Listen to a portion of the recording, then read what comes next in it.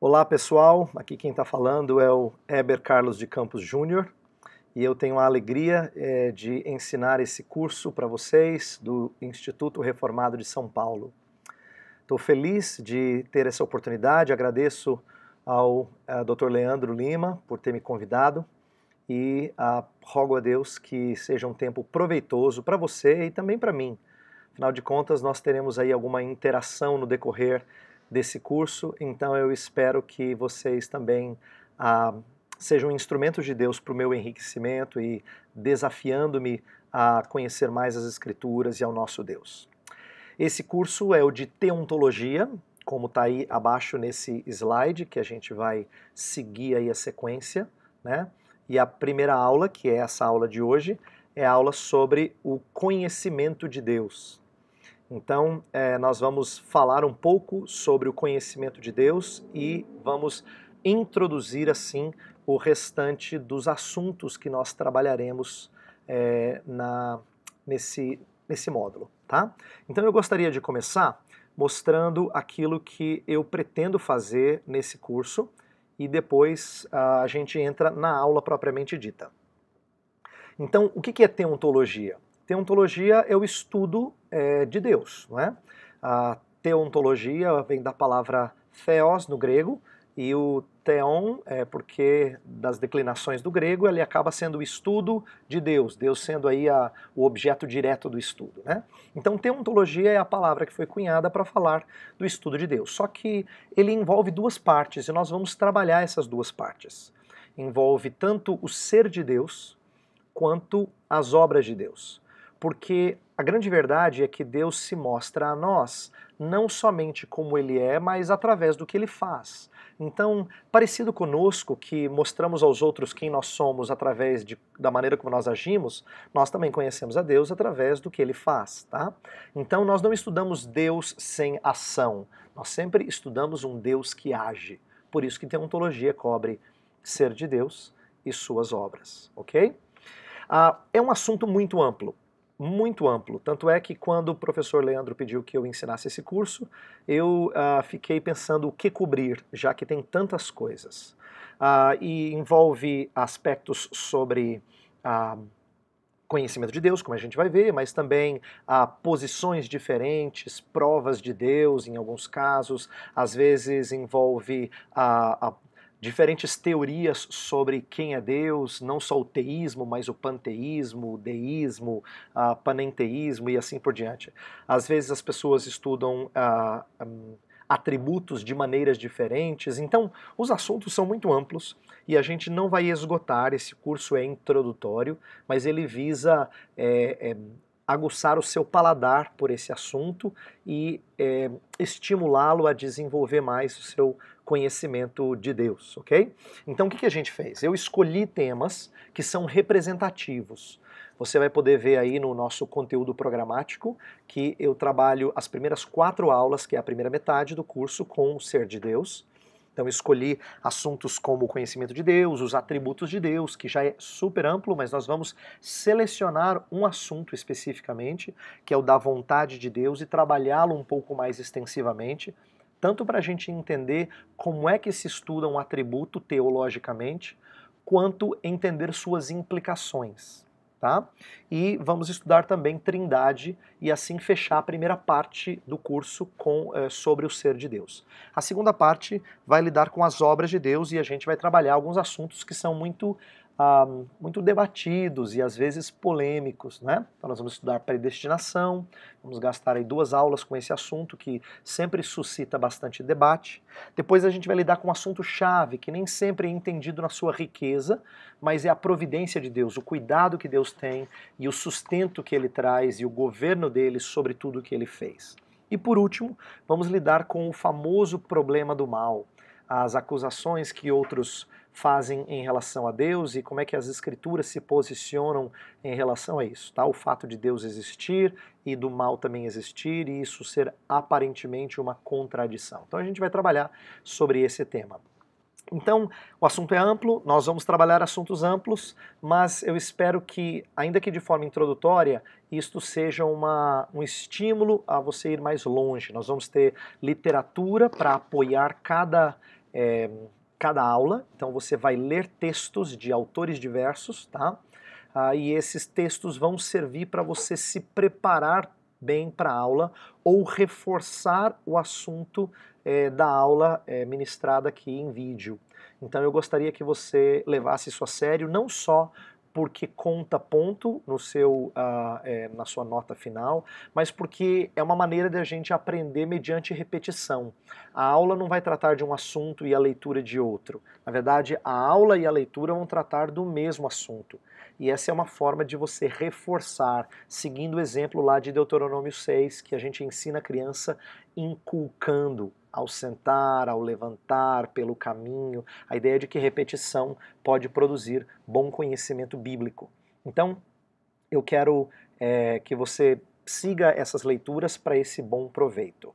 E eu coloquei também, a cada 2 aulas tem um vídeo de alguma palestra ou sermão que eu preguei, para ajudar você a expandir um pouquinho mais possíveis aplicações e abordagens dos assuntos. Então, como os assuntos estão divididos de alguma maneira em 2, assim, né? Em alguns casos isso fica bem nítido. Então eu escolhi um vídeo que valesse para 2 aulas, tá? Então os vídeos são, na verdade, atividade complementar. Você não é obrigado a vê-los, mas se você puder assisti-los, eu acho que vai promover um crescimento um pouco maior, dando novas abordagens e novas maneiras de estudar os assuntos, ok? Então essa vai ser a metodologia que eu vou utilizar. Muito bem. Vamos então ao esboço da primeira aula, que é a aula de hoje. Nós vamos trabalhar 3 coisas. Nós vamos falar sobre o conhecimento sobre Deus e as demais coisas, explicar de forma inicial como o conhecimento de Deus ele não afeta só teologia, ele afeta outras áreas do saber. Tá? Deus é referência para todas as coisas que nós conhecemos. Por isso que alguns autores recentes têm falado sobre a importância do nosso conhecimento ser teorreferente, isto é, ter a Deus como referência.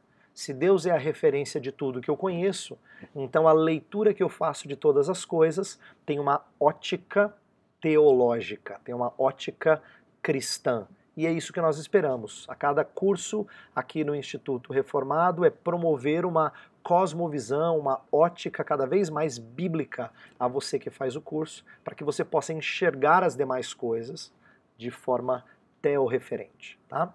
Então essa vai ser a primeira parte do curso, a segunda, da aula, perdão. A segunda vai ser uma pergunta importante, que pode ter respostas diferentes. A pergunta é, o ímpio conhece ou não a Deus? Ele tem um conhecimento de Deus ou não tem? Como é que nós podemos tratar disso? Como é que a Escritura trata disso? Então, é importante que você reflita sobre isso e a gente vai ver algumas implicações interessantes, até para a maneira como nós nos posicionamos em relação àquele que não tem relacionamento de salvação com Deus, não é? Aquele que não é nascido de novo. Como é que nós falamos com ele sobre Deus? E então eu quero trazer algumas implicações para a apologética e para a evangelização, que eu acho que são proveitosas. E por último, para fechar nossa aula, nós vamos falar do proveito devocional do conhecimento de Deus, ok? Eu tenho aí do lado alguns textos que a gente vai usar no decorrer da aula. Quando for a hora própria, eu explico os textos e faço comentários sobre eles.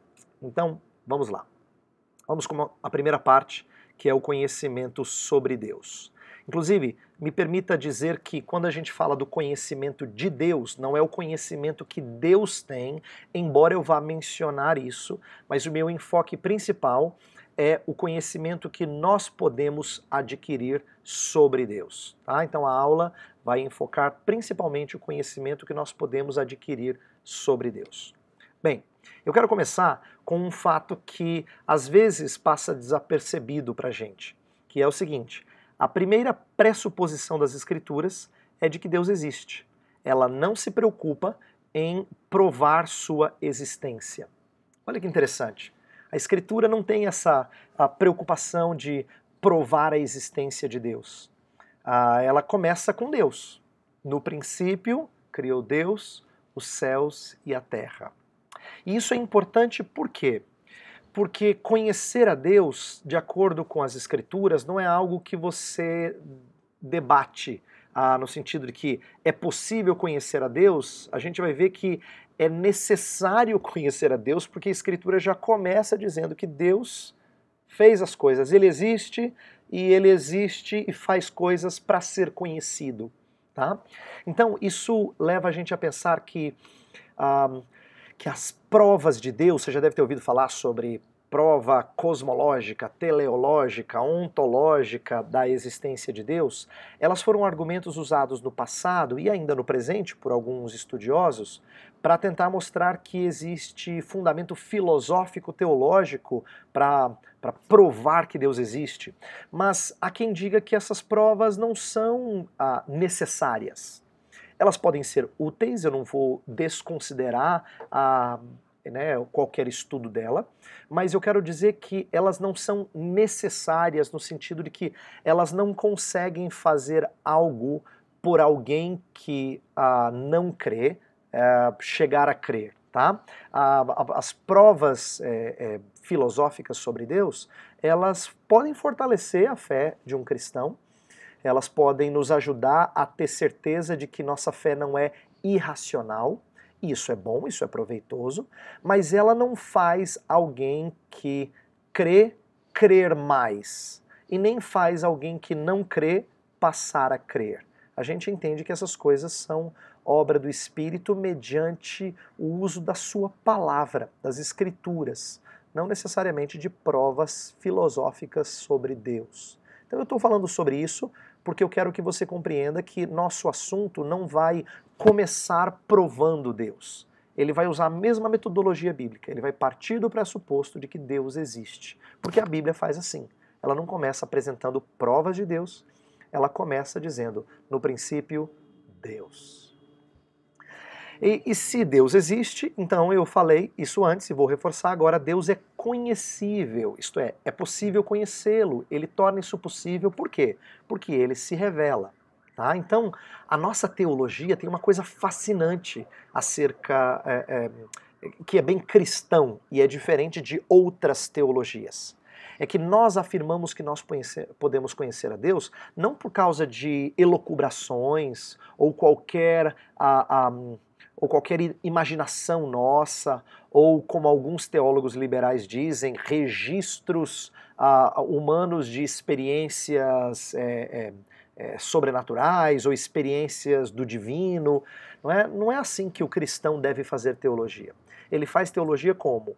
Ele entende que ele faz teologia porque ele recebe revelação. Então, a nossa teologia ela é baseada em revelação. Nós não podemos chegar até Deus. Deus é que baixa até nós.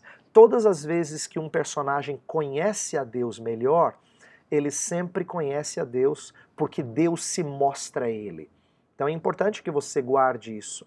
Outras religiões falam muito de você ascender até Deus, chegar até Deus. Mas nas Escrituras, Deus é quem baixa até nós. Isso é fascinante. Desde o início, quando Deus se mostra através de diferentes formas, as chamadas teofanias, aquelas aparições momentâneas de Deus, até a encarnação, do Verbo. Jesus Cristo encarnado, Deus sempre vem até nós. Então nós conhecemos a Deus porque Ele se revela. Nós não podemos conhecê-lo a não ser que Ele se mostre a nós. E isso leva ao terceiro ponto desse slide, que é o seguinte: o objeto do estudo da teologia cristã, enquanto ciência, às vezes a gente fala que a teologia também é uma ciência, porque ela estuda determinadas coisas, não é Deus em si. Não é? Porque Deus não pode ser colocado debaixo de algum microscópio, ou ele não pode ser visto através de uma luneta ou algum instrumento especial. Então Deus em si mesmo não é o objeto do nosso estudo. Nós não podemos ter esse contato direto com Deus e ele não é examinado por nós.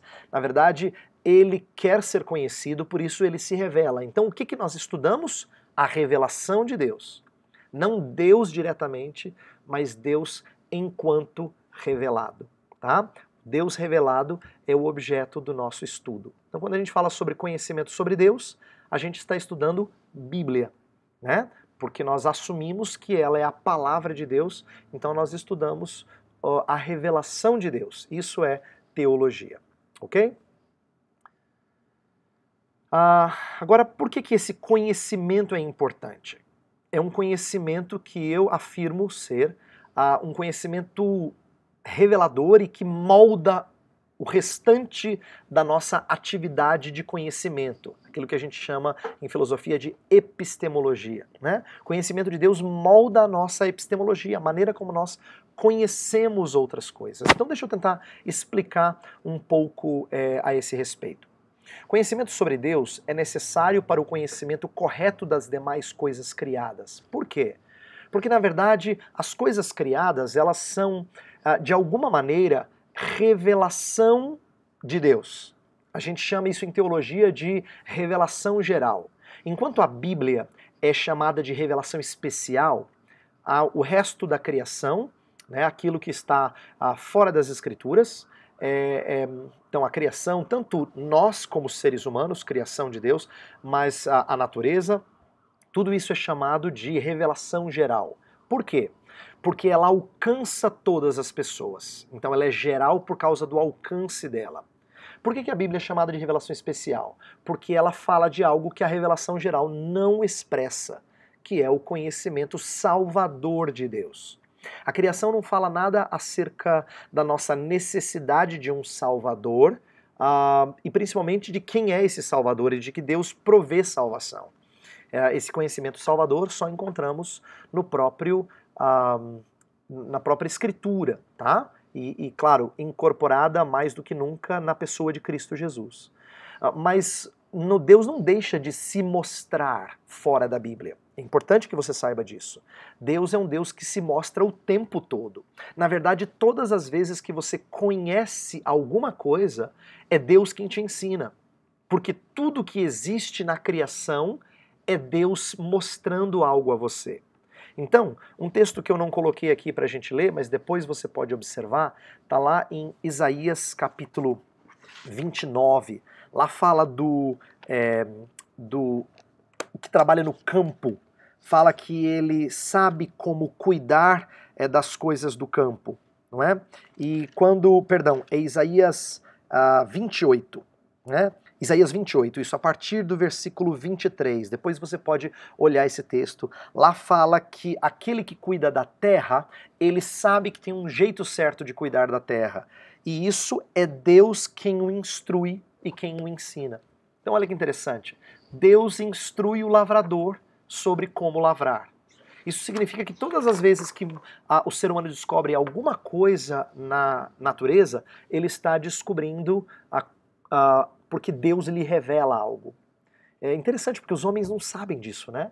Os ímpios não sabem que eles conhecem porque Deus dá conhecimento a eles. Mas esse é um aspecto interessante acerca da nossa epistemologia cristã.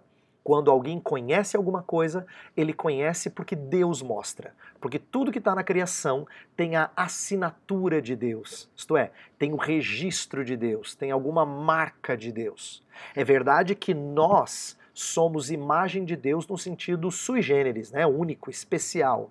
Isto é, existem coisas no ser humano que mostram Deus de maneira ainda mais vívida, ainda mais rica. Mas o restante da criação também mostra coisas acerca de Deus. Então, conhecer outras coisas, em alguma medida, é receber conhecimento de Deus. Mas conhecer a Deus molda a maneira como nós conhecemos as outras coisas.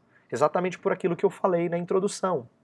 Conhecimento de Deus faz com que o conhecimento das outras coisas tenha a Deus como referência. Então a gente fala que é um conhecimento teorreferente. Tá? É importante que a gente saiba disso. Então o nosso conhecimento é moldado pelo nosso conhecimento de Deus. O conhecimento das demais coisas é moldado pelo nosso conhecimento de Deus. Inclusive, o segundo ponto aí desse slide fala que conhecimento de Deus é necessário para a compreensão do ser humano. Isto é, nada melhor do que conhecer a Deus para que a gente se conheça. João Calvino introduz esse assunto muito bem na sua obra magna, né, na sua obra principal, chamada As Institutas da Religião Cristã. Nas Institutas ele começa falando da importância de nós conhecermos a Deus para que nós nos conheçamos. Então, eu gosto muito do texto de Tiago que fala que nós devemos olhar para as Escrituras porque elas funcionam como espelho. Na verdade, é isso mesmo que Deus está nos ensinando. O conhecimento que Ele nos traz dele mesmo e da sua criação mostra para nós quem nós somos. A gente só a gente só começa a se conhecer melhor quando a gente conhece a Deus. E quanto mais próximos de Deus, mais a gente se enxerga melhor. Lembra que Jesus Cristo falou assim que os homens amaram mais as trevas do que a luz, por isso que eles não se aproximaram dele. Ele é a luz. O que a luz faz? A luz evidencia todas as coisas. Então, quando os homens maus chegavam próximo de Cristo, eles odiavam a Cristo, porque Cristo revelava as feiuras deles. Então, conhecer a Deus traz necessariamente conhecimento de nós mesmos. Só que nem sempre as pessoas querem se conhecer do jeito que Deus revela a elas. Então é por isso que tem muitas pessoas que se afastam de Deus. Pode perceber, não é incomum pessoas que frequentam igrejas que de repente deixam de frequentar por causa de alguma atitude pecaminosa.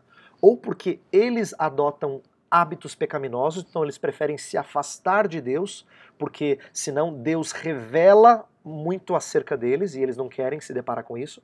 Ou senão, eles têm alguma postura pecaminosa em relação ao que eles pensam da igreja. Isto é, eu não vou mais nessa igreja porque ela é muito hipócrita, ou porque tem muita gente lá que fala, mas não faz. E esse tipo de comentário reflete atitudes pecaminosas. Então, o afastamento da pregação da palavra se dá porque a pregação da palavra mostra quem a gente é. Tá? O conhecimento de Deus revela quem nós somos. Agora, é importante que eu diga isso em contraposição a que filósofos do passado e alguns teólogos liberais do presente dizem, de que teologia seria uma espécie de a projeção dos anseios humanos. Quem disse isso de maneira muito conhecida foi Ludwig Feuerbach.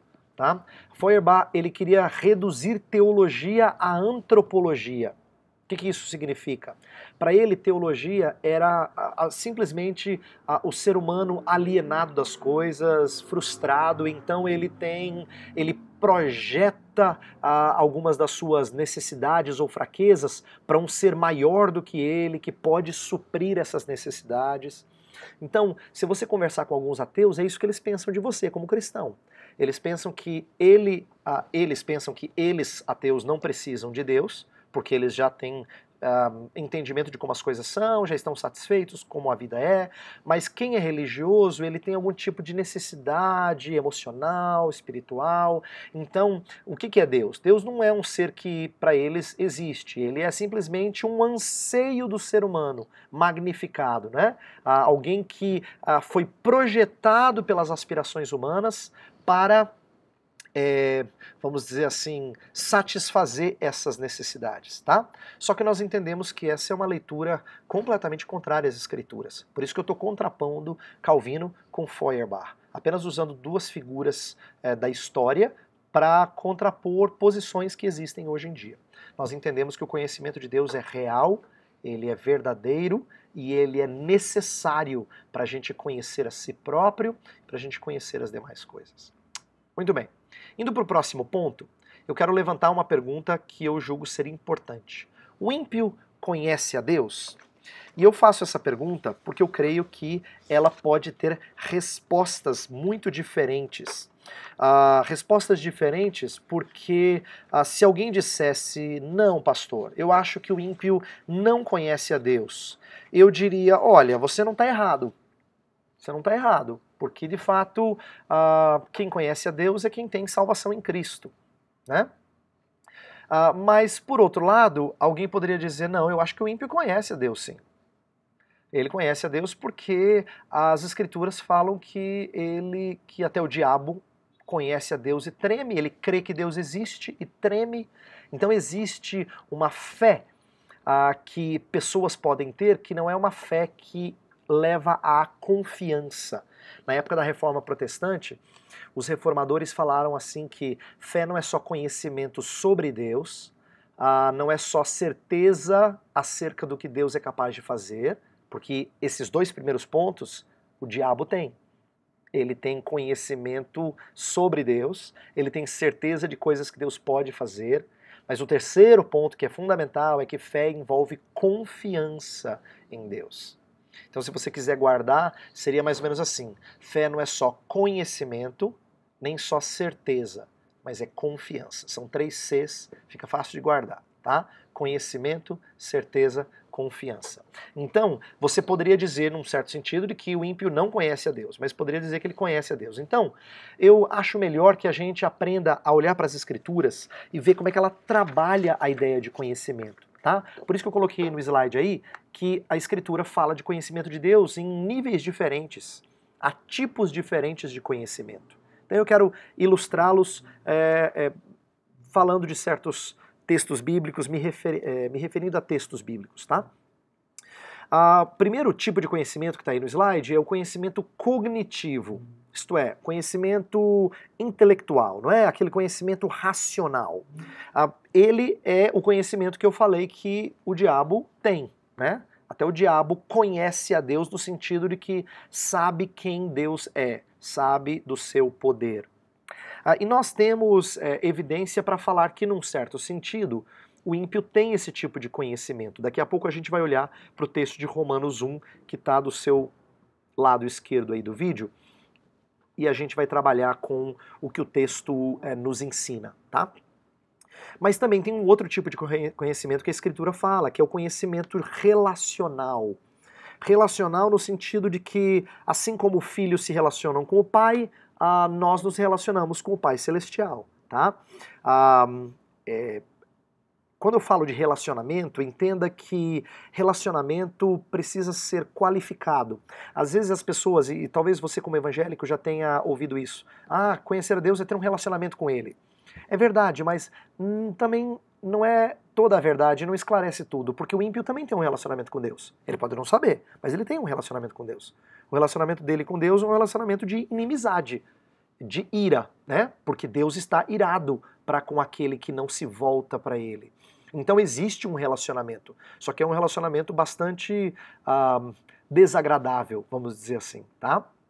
É um relacionamento de consequências nefastas, né? Horríveis, de condenação. Então o ímpio tem um relacionamento com Deus, mas é um relacionamento de quem está sob a condenação, tá? Portanto, quando a gente fala que crer em Deus é ter um relacionamento com Ele, conhecer a Deus é ter um relacionamento com Ele, é verdadeiro, mas não explica tudo. Por isso que eu estou falando de tipos de conhecimento. Existe um conhecimento que é cognitivo, saber coisas sobre Deus. Existe um conhecimento que é de relacionamento, é relacional, tá? Mas indo mais adiante, existe um aspecto de conhecimento que é afetivo, e esse é muito significativo e eu quero gastar um tempinho com ele, que é o seguinte: quando a Bíblia fala assim que nós temos que conhecer a Deus, existe um aspecto de conhecimento na cultura hebraica que tinha a ver com relacionamento íntimo de amor. Então, um texto clássico para você verificar está lá em Mateus 1, o último verso de Mateus 1. Fala assim que José não conheceu Maria enquanto ela não deu à luz a Jesus. Quando fala não conheceu, não está tratando de um conhecimento no sentido ocidental que nós estamos acostumados, né? De conhecer, assim, de saber quem é. Muito prazer, meu nome é Heber. Não é assim, é mais do que isso. É um conhecimento de envolvimento íntimo. No caso ali de José e Maria, era de ter um relacionamento sexual, de se deitarem, né? De terem um envolvimento íntimo de amor. Então, quando fala que José não a conheceu, está falando que ele não teve um envolvimento afetivo íntimo com ela. Então, olha que curioso. Se um hebreu perguntasse para você quando é que você conheceu a sua esposa ou o seu marido, e você dissesse assim, eu conheci na escola, ele ficaria chocado, porque conhecer para um hebreu é muito mais profundo do que só saber quem é. Tá? Conhecer alguém significa ter um relacionamento íntimo de amor com esse alguém. Então, isso se aplica a Deus. Quando nós conhecemos a Deus, nós temos um relacionamento íntimo de amor com Ele. Tá? Mas tem um quarto tipo de conhecimento, que é o aspecto de obediência, Então, a 1 João fala disso, aquele que conhece a Deus anda nos seus caminhos, né? A ideia de que ele está relacionado ao amor que eu falei, ao relacionamento afetivo, mas também tem a ver com essa ideia de, é, de obedecer e andar nos caminhos de Deus, ok? Então é importante que a gente mostre que as Escrituras trabalham com esses tipos diferentes de conhecimento. Agora eu quero olhar para Romanos 1, porque eu acho que ele pode nos dar um vislumbre até mais rico sobre essa pergunta que eu fiz aí no cabeçalho do slide. O ímpio conhece a Deus? Então olha para o texto do lado, olha para Romanos capítulo 1, aqui eu fiz uma divisão de cores para nos mostrar algumas coisas interessantes, tá? Então eu vou começar com o vermelho aí. Olha o que o texto fala. Portanto, a ira de Deus é revelada do céu com toda impiedade e injustiça dos homens que suprimem a verdade pela injustiça. O que esse texto mostra? Eu creio que esse texto nos mostra que Paulo está ensinando aos romanos que Deus se mostrou aos homens e pelo fato dos homens não terem respondido ao Deus se mostrar a eles, é que Deus está irado para com eles. Então, nesse texto, a ira de Deus tem a ver com o fato dos homens rejeitarem conhecimento. Tá? Esse é um aspecto muito interessante. Os homens têm um testemunho em prol da verdade que que emana do íntimo, mas eles sufocam. Então é a ideia que existe alguma coisa no íntimo do ser humano que eles sufocam, eles apertam, eles suprimem. Isso tem a ver com algo que no passado, principalmente mediante Calvino e também outros da tradição reformada desenvolveram, que é a ideia de que todos nós fomos criados com o senso do divino, chamado em latim de sensus divinitatis. Então é como se Deus imprimisse o senso da divindade em cada um de nós. E isso, quando vem à tona, o ímpio ele faz o quê? Ele suprime isso, ele não pode viver à luz disso, porque isso o incomoda, então ele esconde isso. Por isso que Deus está irado para com ele. Tá? Então esse primeiro ponto aí, o que está em vermelho, eu destaquei para que a gente entenda que aquela revelação que eu falei, que é a revelação geral, ela está presente. Nenhum ser humano com consciência pode dizer que ele não teve testemunho de Deus, algum tipo de testemunho de Deus, porque Deus se mostra a eles e eles suprimem a verdade, por isso Deus está irado para com eles. Tá? Depois vem, eu quero destacar o que está em verde. Olha o versículo 19, fala assim: o que de Deus se pode conhecer é manifesto entre eles, porque Deus lhes manifestou. E aí no verso 20 fala que desde a criação do mundo, os atributos invisíveis de Deus, fala assim, ó, têm sido vistos claramente. E depois do versículo 21 fala que esses que não conhecem, esses ímpios, né, tendo conhecido a Deus, não o glorificaram como Deus. Então, são expressões muito fortes que mostram que o conhecimento de Deus não foi simplesmente comunicado ao homem. Não é que Deus lançou um conhecimento para ser comunicado, mas ele não foi apreendido. Não é isso que o texto diz. O texto fala que ele foi apreendido, foi manifesto entre eles, foi visto claramente, foi conhecido. Tá? É importante destacar isso, porque o texto não está falando simplesmente de algo que Deus mostrou, mas que os homens, infelizmente, não puderam ver. Tem mais a ver com os homens viram, mas eles fingiram que não viram, ou eles suprimiram aquilo que eles viram. Tá? Então, a revelação de Deus, ela é algo que de fato se mostra, ela é percebida, ela é vista. É assim que os verbos que estão aí em verde, o manifesto, significa é percebido. Né? É isso que esses textos no original em grego significam. Então, e essa revelação de Deus, ela não é apenas um conjunto de ideias inatas ou princípios estáticos. Ok? Ela é mais do que isso. É Deus constantemente pressionando a sua verdade na consciência do ser humano. Então por isso que eu destaquei aí em verde para você ver quantas expressões nesse texto que mostram como é que o ímpio, em alguma medida, conhece a Deus. Tá? Ele conhece porque Deus constantemente insiste e pressiona o conhecimento de Deus nele, ok?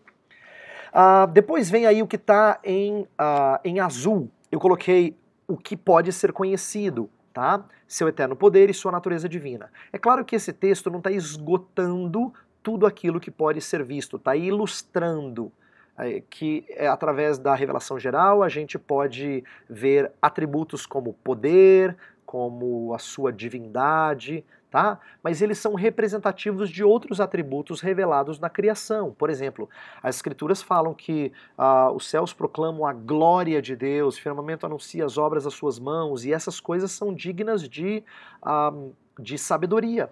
Então, sabedoria, bondade, justiça, são atributos que nas escrituras parecem estar conectados não só com o que pode ser visto na Bíblia, mas inclusive pode ser em alguma medida percebido na criação, ok? Então, isso é uma ilustração, o que está em azul aí é uma ilustração do que pode ser conhecido. E por último, o que está aí em amarelo, meio laranja aí, é a consequência epistemológica da rejeição do conhecimento de Deus. Então veja o verso 21, fala assim: porque tendo conhecido a Deus, não o glorificaram como Deus, nem lhe renderam graças, mas os seus pensamentos tornaram-se fúteis e os seus corações insensatos se obscureceram. Veja por que é importante esse texto. Ele mostra, em alguma medida, um juízo de Deus sobre aqueles que negaram o conhecimento dele. Então, se foi tudo manifesto entre eles, se tem sido visto claramente, se eles tiveram conhecimento de Deus, mas eles suprimiram a verdade, qual é a consequência? Tornaram-se fúteis nos seus pensamentos. Corações se obscureceram. Então, Deus, em alguma medida, traz o juízo de obscurecer o entendimento deles, porque eles rejeitam o que é visto claramente. Então lembra que eu falei que o conhecimento de Deus tem consequências epistemológicas para a gente conhecer outras coisas? É porque o conhecimento de Deus ele faz com que tudo se encaixe em referência ao Criador. Então as coisas fazem mais sentido. Tudo mais que a gente estuda, até aquilo que a gente chamaria de secular, faz mais sentido porque remonta ao Criador. Então, esse texto termina com uma palavra muito forte, dizendo que Deus traz juízo sobre o ímpio, porque em alguma medida ele conhece sim a Deus. Então eu quis destacar esse texto de Romanos 1, ainda que de forma bem resumida, porque ele fala coisas importantes sobre o que o ímpio pode conhecer. Deus deixa um registro dele no coração do ímpio, aquele chamado senso do divino, e o julga baseado nessa revelação geral que está dentro dele e está fora dele, ok? O próximo slide mostra então algumas implicações na defesa da fé, que é a apologética, e também na evangelização. Então eu coloco aqui algumas implicações. A primeira implicação que eu traria é a seguinte: não há necessidade de provar a Deus. Eu falei das provas no início, e eu quero destacar isso agora, por quê? Porque, na verdade, os homens não precisam ser convencidos de que Deus existe. Eles já sabem que Deus existe. Interessante isso. E é enriquecedor saber disso. Eles já sabem que Deus existe. Nós não precisamos provar Deus aos homens, tá? Um famoso apologeta do passado, já falecido, no século XX, né, chamado Cornelius Van Til, ele afirmava que todo ser humano autoconsciente é necessariamente Deus consciente. É muito interessante isso. Significa que se ele tem consciência de si, necessariamente ele tem consciência de Deus. Ele suprime isso, mas ele não consegue fugir da realidade que ele é criatura e está debaixo de alguém muito maior do que ele. A própria Constituição dá testemunho disso, ok? Então, a primeira implicação é: a gente não tem que estar preocupado em ter grandes argumentos sobre a existência de Deus quando a gente conversa com uma pessoa incrédula. A segunda implicação que eu traria é que a gente deve aprender a apertar o botão da consciência. Isto é, se o conhecimento de Deus está lá, de alguma maneira ele é inato, então a gente tem que aprender a apertar o botãozinho, né? Se o senso do divino está presente no ser humano, todas as vezes que esse botãozinho for apertado, você vai ter algum tipo de reação, boa ou ruim, né? Ou eles vão ficar irados com você. É o caso de pessoas e amigos nossos que às vezes nos querem bem, mas quando você fala de Deus para eles, eles dizem assim: ó, fulano, para manter nossa amizade, vamos parar por aqui, não é? Então, nós temos que destacar o fato de que existe um conhecimento ali, que incomoda tanto que quando esse botão é apertado, eles têm uma reação negativa. Agora, pode ser que a reação seja positiva, ele queira ouvir mais, ele esteja desejoso de ouvir mais. O importante é que a gente aprenda a fazer isso, a despertar aquilo que Deus colocou no interior deles, ok? E o terceiro ponto que eu destaco aqui é realçar a disputa interna entre conhecimentos. Um autor contemporâneo muito bom chamado John Frame, que tem um livro sobre a doutrina do conhecimento de Deus, ele propõe que não se pense no ímpio como sendo apenas alguém que crê ou não crê em alguma coisa. Na verdade, ele tem uma fé que é fraca. Ele explica da seguinte maneira: se eu dissesse para você assim, olha, cuidado porque ali na garagem tem um skate do meu filho, então quando você sair pela garagem, tome cuidado para você não tropeçar nele. E aí você diz, tá bom. Então você já sabe que tem um skate na garagem? Sabe. Mas se você não considerar isso como algo importante, depois de toda a nossa noite juntos, jantando, e você sair pela garagem, se você não lembrar disso, você é capaz de tropeçar. Você já sabia? Sabia, mas você não levou isso em consideração quando você saiu. Então John Frame usa essa ilustração para dizer assim, que o que acontece no coração do ímpio é que o conhecimento que ele tem de Deus, que é inato, ele não leva em consideração. Existe, mas ele não considera como importante. O problema é que ele gera um conflito com outras coisas que ele conhece sobre o mundo. Então o que a gente tem que fazer? A gente tem que realçar essa disputa interna entre conhecimentos. O conhecimento que ele tem de Deus e o conhecimento das outras coisas à parte de Deus. Elas geram conflito e nós temos que aprender a despertar isso. Inclusive, quando a gente desperta isso, é que portas são abertas para que a gente fale do Evangelho. Quando as pessoas percebem que as coisas não batem, que tem coisa que não está encaixando, é como se a gente tirasse o telhado delas, como diria Francis Schaeffer. E aí quando você tira o telhado, você desarma a pessoa. Então a gente precisa aprender a fazer isso. E Deus nos deu uma ferramenta fascinante, que é a impressão dele na criação e dentro do ser humano. Tá? Por último, eu quero falar do proveito devocional do conhecimento de Deus. Um pequeno conhecimento de Deus vale bem mais que um grande conhecimento a respeito dele. O que isso significa é que, isso é uma frase do Packer, da leitura que vocês vão fazer. O que isso significa é que nós não queremos só conhecer sobre ele, nós queremos conhecer ele, né? O relacionamento íntimo, afetivo, de obediência, tudo aquilo que a gente falou antes. Então a gente não quer só conhecer sobre ele, ímpios podem conhecer sobre ele, nós queremos conhecê-lo.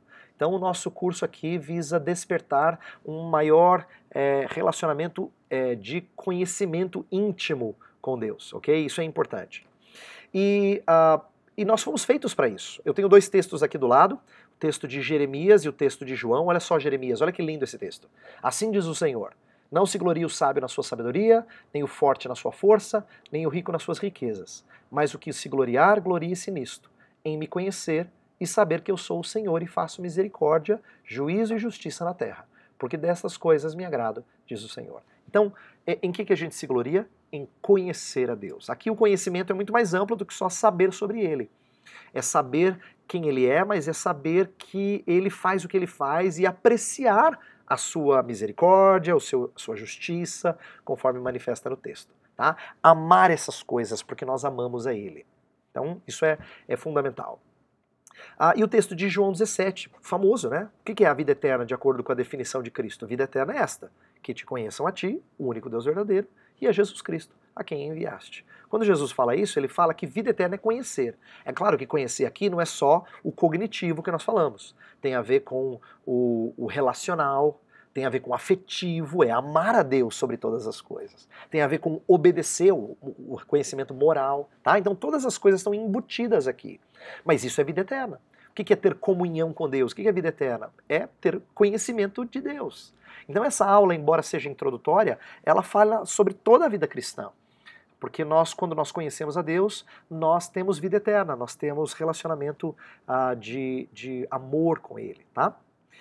Esse conhecimento, ele tem um impacto muito grande sobre as nossas vidas. Ele faz várias coisas. Dentre elas, ele molda posturas. Eu coloquei dois personagens aí no slide, Ezequias e Jó, porque eles nos lembram de posturas que esses homens de Deus tiveram depois que estiveram mais próximos de Deus ou relembraram o conhecimento de Deus. Então, deixa eu falar de Ezequias primeiro.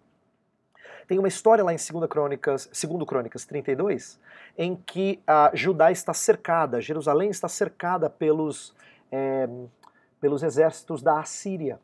E aí Ezequias ele pede para o povo se preparar para uma possível invasão, e depois ele fala sobre Deus. E é dito que quando ele falou sobre Deus, que Deus estava ali para guerrear as nossas guerras, ele fala assim, diz que o povo cobrou ânimo. Essa é uma frase muito bonita. Quando Ezequias falou sobre Deus, isso gerou uma reação de descanso, de ânimo, de vigor, de uma resposta diferente. Eles não estavam mais atemorizados por causa desse grande exército. Eles responderam em confiança, em fé. Então conhecer a Deus gera isso. Conhecer a Deus molda a nossa postura em relação à vida, em relação às dificuldades que a gente enfrenta. Mesma coisa com Jó. Jó fala no finalzinho, naquele texto famoso, que antes ele conhecia Deus só de ouvir falar, agora ele conhece a Deus de uma maneira mais próxima. E o que isso gera nele? Arrependimento. Me arrependo no pó e na cinza. Está dizendo que quanto mais ele se aproxima de Deus, quanto mais ele conhece a grandeza de Deus, a sua reação é ver a si mesmo o seu pecado e precisar se arrepender. Isso é necessário, isso é crescimento na vida cristã. Então, se nós vamos conhecer mais a Deus, isso vai mudar a maneira como nós nos relacionamos com Ele. Eu espero que isso aconteça comigo e com você também. E eu digo aqui, no finalzinho da nossa aula, que conhecimento precisa ser pessoal, holístico e gracioso. E a leitura do Packer vai falar sobre isso. O que significa conhecimento pessoal, holístico e gracioso? Significa que o pessoal é o contato com ele, nós já falamos disso antes, nós precisamos conhecê-lo no sentido de termos relacionamento com ele de amor, não é?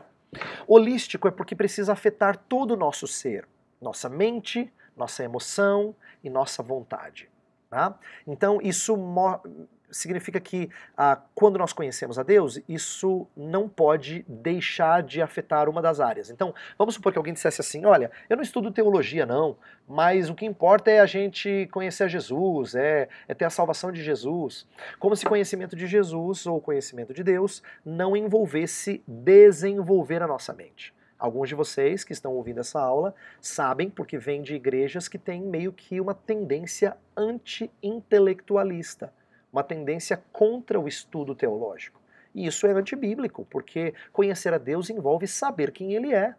É por isso que aqui, quando Jesus deixa os apóstolos, ele fala que ia enviar o Espírito que ensinaria todas as coisas que eu vos tenho dito. Então o Espírito Santo está aí para nos ensinar teologia, por isso que a gente tem um curso como esse. Tá? Então é um conhecimento holístico que afeta a mente, mas também tem que afetar nossa emoção, ele tem que gerar amor por Deus, por exemplo. Espanto, né? Arrependimento, todas as coisas que a gente já mencionou. E tem que mudar a nossa disposição. Quem conhece a Deus resolve obedecer e seguir os seus caminhos. E é um conhecimento gracioso. Por que é gracioso? Primeiro porque quem nos dá esse conhecimento é Deus. Nós só podemos conhecê-lo porque Ele nos conhece primeiro. Então eu quero que você pondere sobre isso. Quando Deus te conhece, você tem a principal dádiva que um ser humano pode ter. Quando Deus conhece a você. Lembra que Jesus Cristo falou no final do Sermão do Monte, nunca vos conheci, apartai-vos de mim, vós os que praticais a iniquidade. Então em relação aos ímpios, ele fala, nunca vos conheci, nunca vos amei, nunca tive relacionamento afetivo, íntimo com vocês. Mas para aqueles que ele ama, ele fala que ele conhece o caminho dos justos. Está lá no Salmo 1, verso 6. O Senhor conhece o caminho do justo, significa que Ele aprova, Ele ama, Ele não só sabe qual é o caminho dos justos, porque Ele também sabe qual é o caminho, sabe no sentido cognitivo, né, o caminho dos ímpios, mas ali significa que Ele ama e aprova. Então Deus te conhece, se Ele te conhece, então é necessário que você o conheça. Por isso que eu quero terminar essa aula com o texto de Romanos 11, que está aí na nossa tela. Olha só. Paulo, depois de explicar a teologia de uma maneira muito linda, ele está expondo a carta mais teológica dele, que seria Romanos, né? E aí ele fala, no final, assim, ele é despertado a louvar a Deus, porque o conhecimento de Deus faz isso, desperta louvor. Então ele canta, ou ele faz uma poesia aqui. Ó, profundidade da riqueza, da sabedoria e do conhecimento de Deus! Quão insondáveis são os seus juízos e inescrutáveis os seus caminhos! Quem conheceu a mente do Senhor? Ou quem foi seu conselheiro? Quem primeiro lhe deu para que ele o recompense? Pois dele, por ele e para ele são todas as coisas. A ele seja a glória para sempre. Amém. Eu quero fechar com esse texto, porque, embora ele seja um texto muito lindo, que basta lê-lo para a gente se emocionar, ele tem coisas aqui próprias de poesia que às vezes a gente não percebe. Deixa eu ilustrar. Primeiro que o texto é dividido todo em padrões ternários, em 3. Ele tem 3 estrofes, a primeira estrofe é verso 33, a segunda são as perguntas retóricas do 34 e 35, e depois o 36. Ele termina com dele, por ele, para ele, também 3. Mas o que eu quero destacar está em cores aqui. Porque alguns de vocês usam traduções que colocam assim: ó profundidade da riqueza tanto da sabedoria como do conhecimento. Como se riqueza fosse qualificar sabedoria e conhecimento. Mas na verdade, os melhores estudiosos do texto grego falam que riqueza também é um atributo colocado aqui, é como se fosse uma qualidade de Deus, tá? Riqueza, sabedoria e conhecimento. E isso é muito elucidativo. Por quê? Porque eu coloquei em cores para você perceber que as perguntas do verso 34 e 35 fazem relação com essas 3 qualidades de Deus, só que em ordem inversa. Primeiro fala sobre conhecimento, então o verso 34 começa assim: quem conheceu a mente do Senhor? Depois fala sobre sabedoria, ou quem foi seu conselheiro? E depois fala sobre riqueza, quem primeiro lhe deu para que ele o recompense? Então, olha como é que Paulo se preocupa em compor belamente essa poesia, de tal forma que ela tenha padrões ternários, que ela tenha certos atributos de Deus e relacione esses atributos. Então, esse é um belo hino com o qual o apóstolo termina essa sessão da epístola e que fecha bem a nossa aula, porque conhecimento de Deus tem que despertar isso mesmo, tem que despertar adoração e louvor a Ele. Então, essa é a minha oração. Que você, no decorrer desse curso, seja despertado a mais louvor e adoração a Deus, porque você fica admirado com quem Ele é. Que Deus abençoe vocês e até a próxima aula.